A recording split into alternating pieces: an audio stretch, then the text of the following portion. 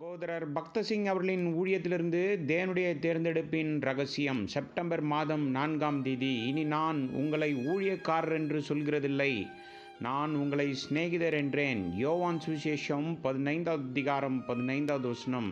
கர்த்தர் மேலும் சொல்கிறார், உலகத்திலிருந்து நான் உன்னை தேர்ந்தெடுத்தேன், நான் உன்னை என் சிநேகிதர் ஆக்குவேன்.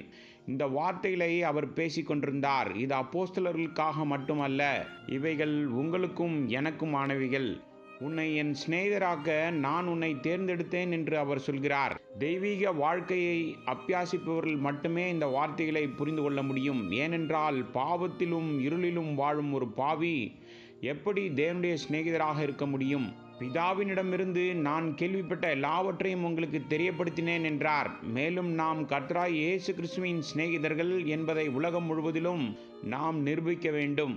ஏனென்றால் நாளுக்கு நாள் இந்த சத்தியங்கள் மற்றும் ரகசியங்கள் நமக்கு வெளிப்படுத்தப்படும். இவைகள் பரலோக தேவ தூதர்களிடமிருந்து மறைக்கப்பட்டவை இப்பொழுது நமக்கு வெளிப்படுத்தப்பட்டிருக்கின்றது. கர்த்தராய் இயேசு கிறிஸ்துவோடு நாம் நடக்க தொடங்கும் போது, அவருடன் பேசுவதன் ரகசியத்தை கற்றுக்கொள்ளும் போதும், அவரிடமும் தினமும் புதியவைகளை பெறும்போதும் இந்த காரியங்களை அவர் கற்றுக் கொடுக்கிறார்.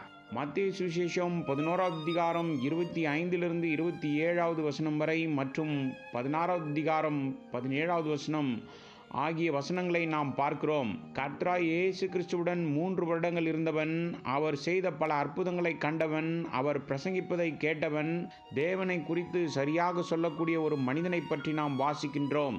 அவன் கர்த்தராய் இயேசு கிறிஸ்துவை நோக்கி, நான் உம்மை பற்றி எல்லாவற்றையும் அறிவேன், உம்மோடு சாப்பிட்டேன், உம்மோடு தூங்கினேன் என்றான். ஆனால் கர்த்தராய் இயேசு கிறிஸ்து அவனிடம், சீமோனே, நீ என்னை மாம்சத்தினாலும் இரத்தத்தினாலும் அறியவில்லை, ஆனால் என் பரலோக பிதா இதை உனக்கு வெளிப்படுத்தி இருக்கிறார் என்று சொன்னார்.